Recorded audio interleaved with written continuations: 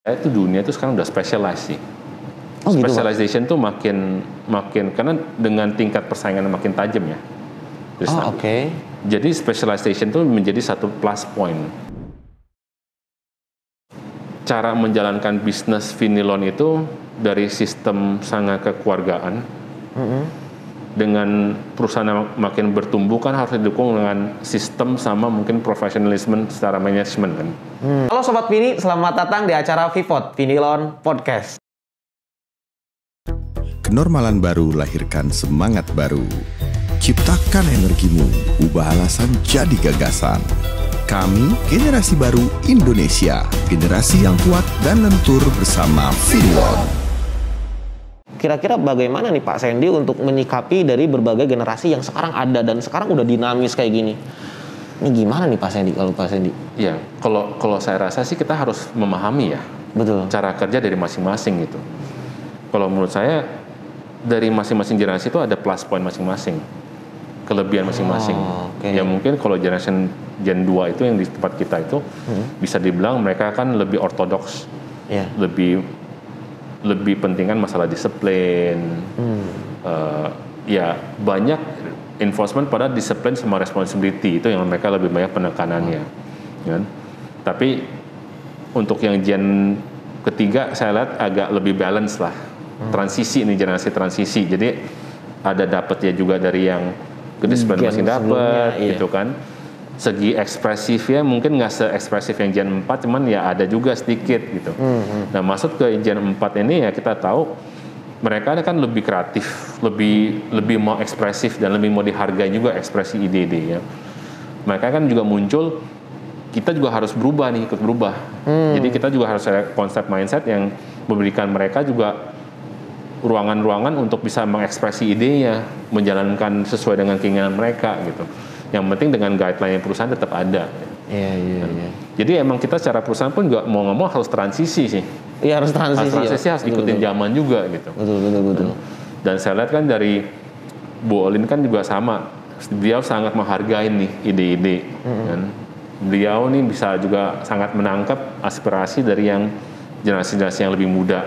Dan ya apa itu disiapin sekarang ruang podcast. Iya gitu, betul kan. Pak. Secara berkala juga kantor direnovasi, diganti kan, ya, betul. Gitu dan lain-lain sih gitu. Iya karena memang apa yang disampaikan sama Pak Sandy ini bukan hanya sekedar omongan sih Pak, karena memang dirasakan juga oleh kita gitu Pak. Oh iya dikasih ruang bahwa untuk kita melakukan sesuatu gitu. Kita seolah-olah dikasih panggung untuk melakukan kreasi-kreasi lah, kreativitas itu kira-kira kurang lebih seperti itu.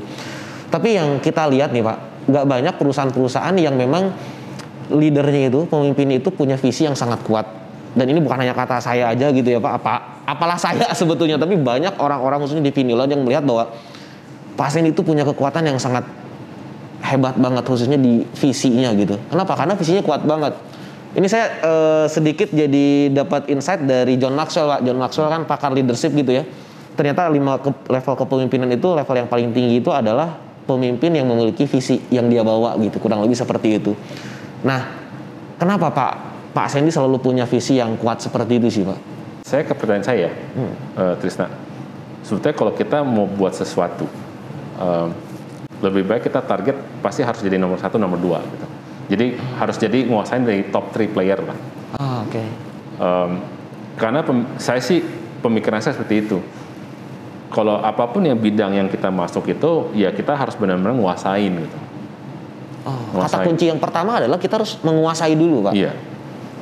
Karena kan ada orang yang cenderung dia suka buka berapa jenis usaha gitu. Ya, mau itu masing-masing di posisi yang dia nggak target bahwa dia harus yang terbaik atau terbesar atau apa ya. Yang penting banyak usahanya. Kalau saya sih konsepnya apapun yang kita kerjakan itu ya kita harus masuk top 3 secara konsep gitu. Karena kalau kita udah nguasain top 3 itu, berarti kan kita juga udah reinforce posisi kita sendiri nih. Dan kita juga diakuin. Iya. Dan untuk kita mengejar target itu kan juga sebetulnya paling gampang jadi nomor orang 1. Nomor 2 itu kalau menurut saya juga posisi yang paling enak. Kayak kita lomba lari gitu kan. Iya. Misalnya kita posisi nomor 2. Kita harus ke depan, kita juga harus ke belakang. Yang kejaran kita di belakang siapa? Kan? Kalau yang nomor 3 ya kan ini kan biasa kan rankingnya top 3 kan. Top 3 ya betul. Yang top 3 juga sama, posisinya juga kurang enak. Lihat ke depan ada target nomor 2 juga harus lihat yang ke belakang, yang nomor 4 nyusul dia gak tuh. Hati-hati gitu ya. Iya benar. Ya paling enak kan nomor 1 udah all out aja lah pokoknya gitu kan. All out lari sekencang mungkin gitu, nggak usah lihat belakang lagi, pokoknya lari kencang aja sekencang mungkin gitu. Iya tapi kalau kita lihat kan banyak juga ya Pak ya orang-orang yang memang dia saya nggak penting tentang penguasaan dari bidang tersebut, ya udah sebanyak mungkin lah yang tadi Pak Sandy bilang gitu, usahanya banyak lah gitu, aji mumpung lah dari sekian banyak ini mana sih yang bagus gitu. Ada orang berpikir seperti itu gitu. Tapi kenapa Pak Sandy lebih memilih yang satu tapi harus bagus nih gitu, penguasanya harus kuat? Saya percaya tuh dunia itu sekarang udah specialized sih. Gitu, specialization tuh makin karena dengan tingkat persaingan makin tajam ya.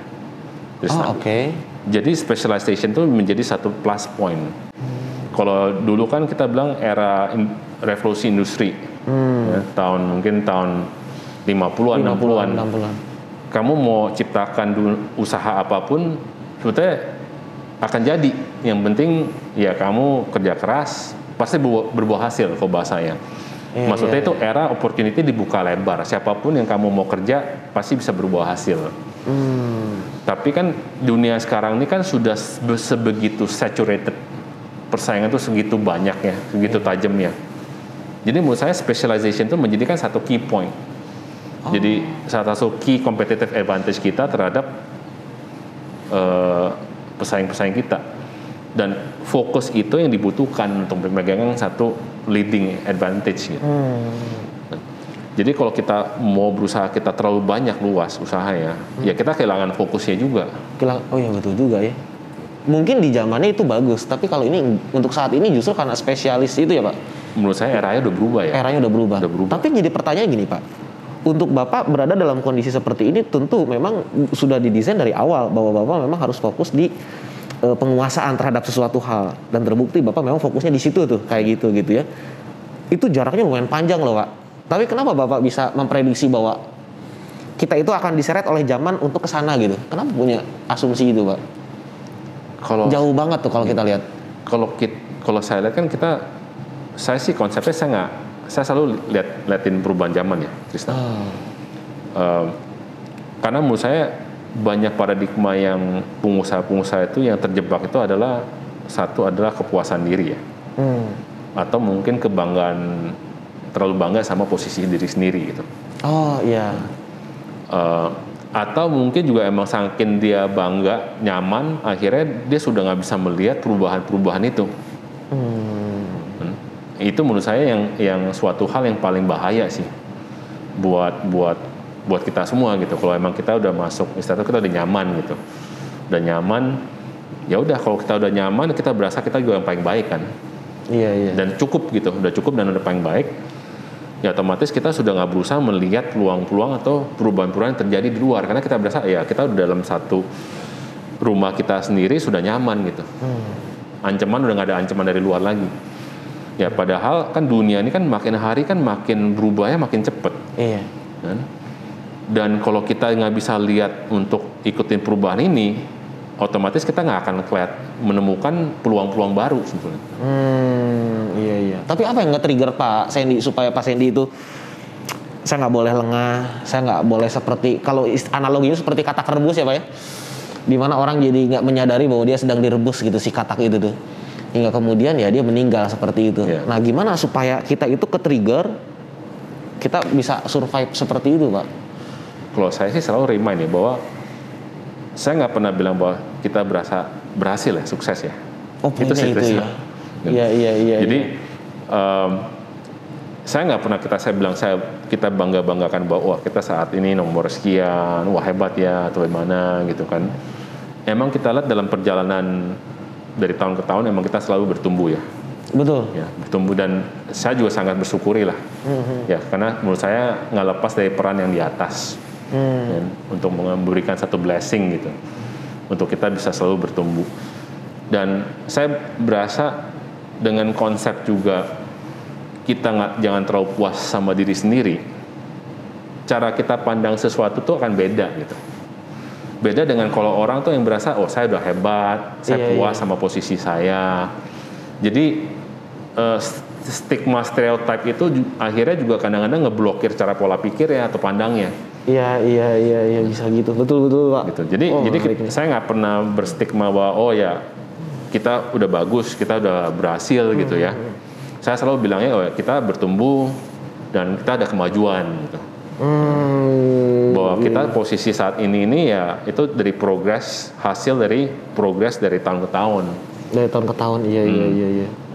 Dan itu penting ya untuk punya stigma seperti itu ya Pak ya? Ya, jadi itu adalah satu stigma progres itu adalah suatu progres yang nggak pernah berakhir sebetulnya. Nggak pernah berakhir dan akan harus terus bertumbuh gitu ya, nggak ada stopnya gitu. Betul. Ya, kalau seperti itu. Iya benar. Dan bersyukurnya memang Vinilo selalu memberikan ruang sih untuk kita sih Pak, untuk kita eksplorasi itu sih. Dari kita. Tapi terakhir nih Pak Sandy, kira-kira apa pesan Pak Sandy untuk seluruh karyawan Vinilo? Pesan saya ya. Pesan Bapak. Jangan pernah takut untuk menyampaikan satu ide-ide yang out of the box. Jangan pernah takut untuk menyampaikan pesan-pesan yang bersifat out of the box. Iya. Meskipun saya bilang belum tentu atasannya sendiri mungkin bisa nerima ya. Tapi bukan berarti ide itu tidak bermanfaat. Iya. Jadi silakan berekspresi untuk memberikan ide apa aja gitu. Anggaplah penolakan itu suatu hal yang biasa ya Pak. Iya. Gitu maksudnya. Betul. Tapi teruslah sampaikan ketika ada punya ide-ide. Kenapa itu penting Pak? Ya karena saya bilang zaman era sekarang ini Vinilon ke depan ini kan tergantung dengan generasi yang muda-muda saat ini. Tergantung dari sangat generasinya? Tergantung sama generasi yang muda-muda saat ini kalau menurut saya. Kita kan adalah produk masa lalu. Okay. Saya, generasi saya yang tadi saya ceritakan generasi yang kedua. Betul. Saya masuk generasi ketiga. Yang generasi kedua saya juga mungkin borderline itu adalah produk-produk masa lalu kan. Trisna. Cara pola pikirnya juga pola pikir yang masih ada terbawa yang ada zaman-zaman dulu gitu. Ya padahal kalau kita bilang untuk menata Vinilon untuk kedepannya, ya harus yang era-era zaman sekarang ini yang merancang untuk masa depannya gitu. Masuk ke nilai good adaptation. Betul.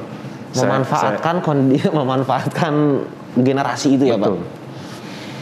Karena ada konsep-konsep pemikiran dari generasi yang muda ini yang harus diakuin ya kita belum tentu bisa memikir atau memahami ke arah sana. Oke. Iya. Dan kebetulan kan saya banyak dengar. Dan saya lihat dari yang generasi muda ini banyak ide-ide yang bagus, Krisna. Ya inspirasi saya juga sebenarnya kadang-kadang telinga saya ya karena saya dengar dari mereka juga. Iya. Gitu. Wah mantap Pak Sandy. Dan ini yang membuat visi Pak Sandy kenapa selalu jelas, kenapa selalu ke depan banget kata itu ya. Mantap. Oke, terima kasih banyak Pak Sandy. Kita dadah dulu Pak kameranya. Wah nggak kerasa kita udah sampai berapa lama nih. Kenormalan baru lahirkan semangat baru. Ciptakan energimu, ubah alasan jadi gagasan. Kami generasi baru Indonesia, generasi yang kuat dan lentur bersama Vinilon.